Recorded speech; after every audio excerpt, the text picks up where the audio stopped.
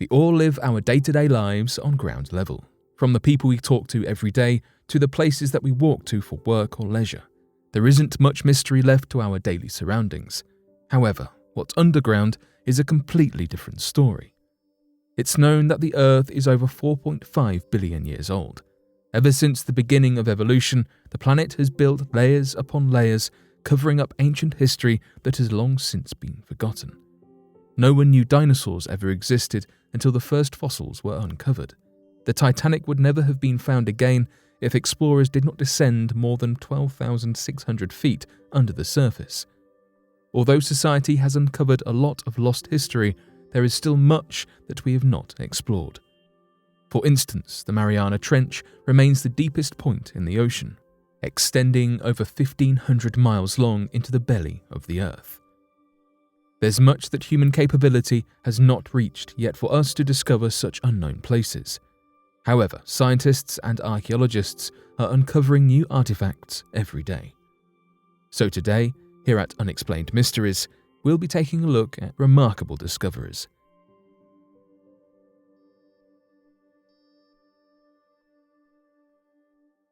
Roman sword. In 2015, a fisherman pulled a Roman ceremonial sword from the waters surrounding Oak Island. Should the sword be authentic, would revolutionize our understanding and rewritten history as we know it. The sword would place the Romans in North America over 1,000 years before Columbus. The sword was discovered upon Oak Island by researchers for the History Channel series Curse of Oak Island, which shows viewers a pair of Michigan brothers attempting to locate, explain, and unravel the mystery of Oak Island treasures. Lead researcher J. Hutton Pulitzer has assumed the role of historic investigator and academic from the Ancient Artifact Preservation Society. He and his team published a research paper upon the Roman sword in 2016. He had theorized that a Roman shipwreck was found by the coast of Oak Island, and within this sunken ship was a Roman ceremonial sword, in seemingly good condition, having been well preserved. While the sword has only come to light within the last half a decade, Pulitzer explained that the sword had been taken from the shipwreck and onto a fishing boat decades ago by a fisherman and his son. The pair were reluctant to share this artifact, fearing they would be punished in accordance with the strict Nova Scotia laws surrounding the specific circumstances of retrieving items from shipwrecks. So what changed? In 2015, relatives of the now deceased finder decided it was necessary to share this remarkable finding with researchers. The authenticity of the sword has been in high debate, with many conflicting ideas and sources sparking a strong discourse in archaeological and historical circles. One opinion is that whilst the excitement of the sword had potential, it was short-lived, as the sword appeared, upon inspection, to be a modern replica of a Roman sword. Whilst the more exciting option would certainly have been for the sword to be genuine. For the sake of our history books, this is certainly the simpler explanation. On the other hand, some argue that the X-ray fluorescence testing found the traces of arsenic and lead that are characteristic of the Roman swords to also be present in this artifact. This revelation has led many to believe that the sword found on Oak Island is one member of a rare set of votive swords. 4 similar swords have been recovered, verified, and placed into museums or private collections. Many had called into question the authenticity of the sword, so the revelation of it being fake would not have been all too harrowing. Though with mixed opinions and ideas, it remains in high debate and controversy exactly what was discovered on Oak Island. Oak Island truly is a mysterious place, from the alleged curse to the pieces of treasure found so far. Will each new discovery give us another clue, or will we never find a supposed great treasure that lies concealed from us? Where did Stonehenges Stones come from? 2020 is a year that everybody will probably want to forget rather quickly. However, for geographers, natural scientists, and archaeologists, the various lockdowns have allowed research to be undertaken at various spots of natural beauty around the world without the hordes of visiting tourists getting in the way. In July 2020, new technology solved one of Stonehenge's biggest mysteries. People have wondered how and why Stonehenge was built for decades, but also questioned where stones of the size present at Stonehenge came from. The largest stones are known to be Saracen stones, whilst the smaller rocks scattered on the ground that make up part of the inner ring are called bluestones. The Saracen stones are so huge that they are nearly the size of a double-decker bus. So, where do you find stones this big? They don't just lie around in forests or in parks, so how did the monument's prehistoric creators come across them? Well, the location is not particularly spectacular. The Saracen stones used at Stonehenge hail from the West Woods in the county of Wiltshire. West Woods is just outside the small town of Marlborough, but 15 miles from Stonehenge itself. The hunter-gatherers of the period that Stonehenge was built, some 5,000 years ago, would have had to transport the stones, each one weighing nearly 25 tons, from West Woods down to Salisbury. Some researchers think that the stones were moved by natural glacier movement, but others believe transportation was a human effort. They could have been transported by water in an early form of barge transport, but it's likely they were simply hauled over the land. Now, you might wonder how scientists found out the true origin of the stones. It was almost accidental, in fact.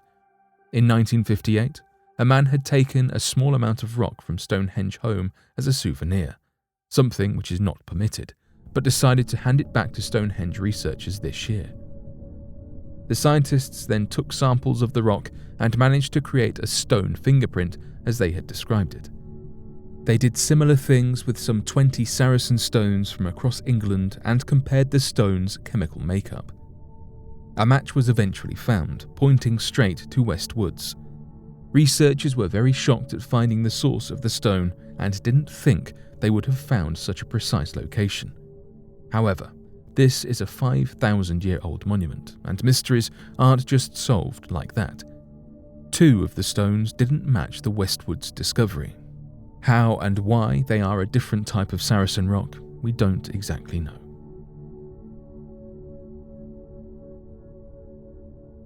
Jupiter's auroras. Jupiter is the largest planet in our solar system, 5th from the Sun, and one of 4 other planets in our solar system to have auroras similar to Earth. The auroras are displays of light caused by the Sun's energy and how it then interacts with the planet's magnetic field. This results in a glow at the magnetic poles. On Earth, this is most famously the Northern Lights. Jupiter's auroras, however, are a little different if recent findings are to be believed. Spacecraft Juno, sent to Jupiter to provide updates and new information on the gas giant, has recorded information on electrons that were sent into Jupiter's atmosphere at a staggering 400,000 volts. Some people believe that this excessive electron activity and therefore the incredibly high voltage is what gives Jupiter's auroras their much more vivid, distinctive glows, though others say that the rare occasions that the electronic activity is this high is not enough to ensure these prolonged glows of the auroras. Juno was able to tell astronomers that the high voltages are caused by the rapid rotation of the planet. The speedy rotations means that the planet replicates the effect of an electric generator on a much larger scale. This allows the electrons to fire these high voltages, resulting in the stunning red, green, and blue glows that come from the planet's poles. The interaction between the Sun's rays, electrons, and Jupiter's atmosphere is something that we have never been able to observe prior to sending Juno off out into the solar system. Another key discovery that Juno alerted us to is that Jupiter's auroras seem to be formed from particles coming not only from its poles, but from Io, one of Jupiter's 79 known moons. The particles are pushed into Jupiter's magnetic field by Io, come from the volcanoes which emit large quantities of sulfur and oxygen. Whilst it is true that NASA has successfully sent many spacecrafts up into orbit before, Juno is a little different. Juno is the first ever spacecraft that has flown directly above both of Jupiter's poles. The route, journey, and information of Juno is entirely unique, travelling in an oval, elliptical orbit around Jupiter's north and south pole. This means the findings Juno is sending back to us about these particles is brand new. Juno is estimated to pass close by to the poles every 53 days, meaning it is travelling at 30 miles each second. This means Juno has mere seconds to capture all these measurements, and it does so using the Juno Energetic Particle Detector Instrument, also known as JEDI. Barry Morg, scientist at the Johns Hopkins University Applied Physics Laboratory, was the leading researcher behind the JEDI technology, who explained what a feat this technology was, stating, "We're very proud of the fact that we were able to pull that off." The confusion begins to arise when Juno did not send back consistent results. Astronomers anticipated consistent high voltages, though Juno has showed that this surge in electron activity is not always present. The firing of electrons appears to be random, with no rhyme or reason behind the different energies and bright auroras. Jupiter's auroras have been named a mystery for this very reason. Jonathan Nichols, a professor from the University of Leicester in the Department of Physics and Astronomy, explains that the uncertainty here is something Juno will aim to clear up in the future. But for now, he is not quite sure how you drive auroras so bright with that particular mechanism. For now, Juno will continue to pass by the poles, and hopefully, as more data is gathered, we will be able to make more sense of the information at hand. If we can figure out exactly what is happening to Jupiter, we hope to be able to apply this to many of the processes to other celestial bodies, such as white dwarfs, exoplanets, and pulsars. At the moment, however, Jupiter's auroras and their fluctuating voltages remain unsolved.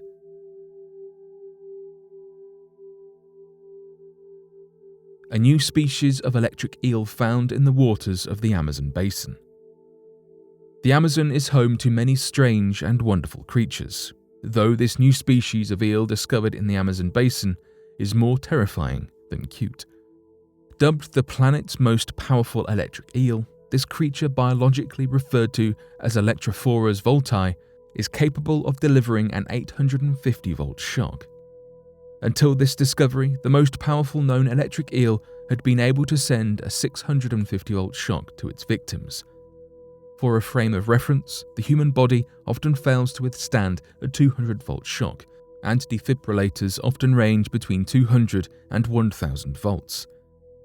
David DeSantana, lead researcher of the project at the Smithsonian National Museum of Natural History, explains how these eels can easily grow up to 8 feet long.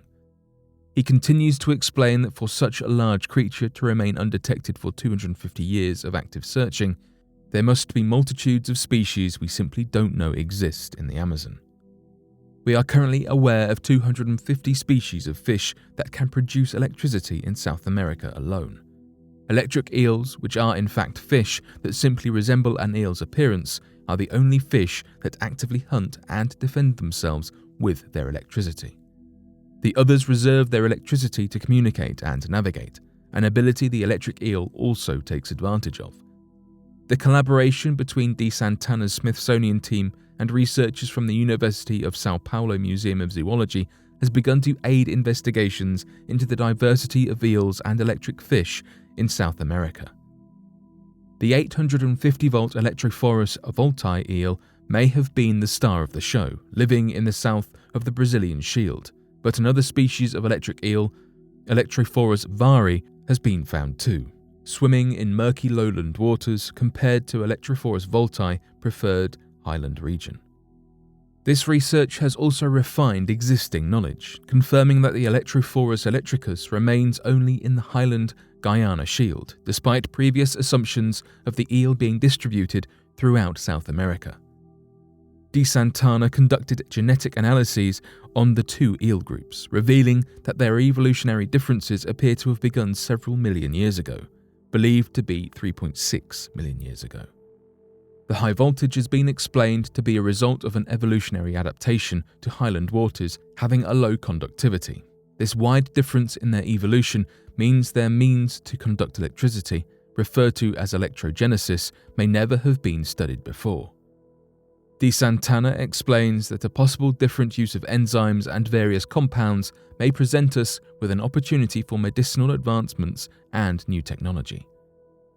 Ancient civilizations throughout the Amazon have been a keen focus of study for years. though continuing to keep these societies within our research can only help develop our understanding of the role of humans in forming the Amazon as we know it today.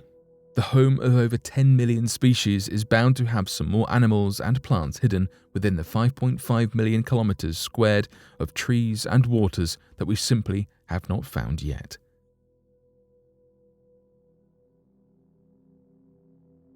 What do modern-day scientists say about Atlantis? Scientists, understandably, are a little tired of Atlantis discoveries. The firm mentioned in the first section of this video are not the first to claim they have found the ancient city, and they certainly will not be the last. Researchers are quick to point out that so-called Atlantean ruins most likely belong to other ancient cultures and are incorrectly being passed off as being from Atlantis. In fact, this occurrence happens so often that scientists have begun to collectively sigh at the sight of another apparent Atlantis discovery. So far, people have claimed to find Atlantis in Bolivia, the Caribbean, Turkey, Germany, Malta, Turkey, and even Antarctica. The existence of Atlantis is not considered to be factual by most researchers. In Plato's original descriptions of the city in 360 BC, he mentioned that he had basically heard of the ancient civilization through passed down information. Plato used the downfall of a once great civilization as a way to explain his thoughts on corruption. While Atlantis was a mighty and prosperous place, they eventually drove themselves into oblivion by the hand of the gods. Scholars have always seen the Atlantis story as just a story. Yet, the narrative suddenly switched when in 1882, the book Atlantis, The Antediluvian World was published. Written by amateur scientist Ignatius Donnelly, the book claimed that Atlantis was not in fact a parable, but a real historical location. After Donnelly's book was published, the idea of Atlantis slowly grew into the public consciousness. Eventually, an idea of Atlantis totally separate from that of Plato's began to take hold, leading people to search for a city that most likely never existed. Still, many have followed descriptions left by Plato in order to find Atlantis' geographical location. As Plato writes, "In front of the mouth which you Greeks call the Pillars of Hercules, there lay an island which was larger than Libya and Asia together." This has led many explorers across the globe piecing together clues as a kind of map. Interestingly, the Merlin Burrows discovery is one of many that claims Atlantis is located in the southern region of Spain. National Geographic produced a documentary named Atlantis Rising, supposedly showing evidence that the city was in Doñana National Park. A 2004 study in the journal Antiquity also made the same claim. Additionally, the director of the Anglo-Spanish American School of Archaeology, Elena Maria Wishaw, authored the book Atlantis in Andalusia in 1929, which theorized that the region was a colony of Atlantis. Scientists believe that this area is a hotbed for claims because ancient humans lived in the region thousands of years ago. In a December issue of the Journal of Archaeological Science, it reports a study indicated that in what is now the Doñana National Park, humans were living in the area around 5,000 years ago. Even if the claims made by different groups were true, the dating of the Atlantean civilization does not match with any of our understanding of our evolution or growth to human civilization. From that, we can assume that claims of Atlantis are fake, and that humans around 10,000 years ago were much more similar to our idea of cavemen than an advanced set of superhumans.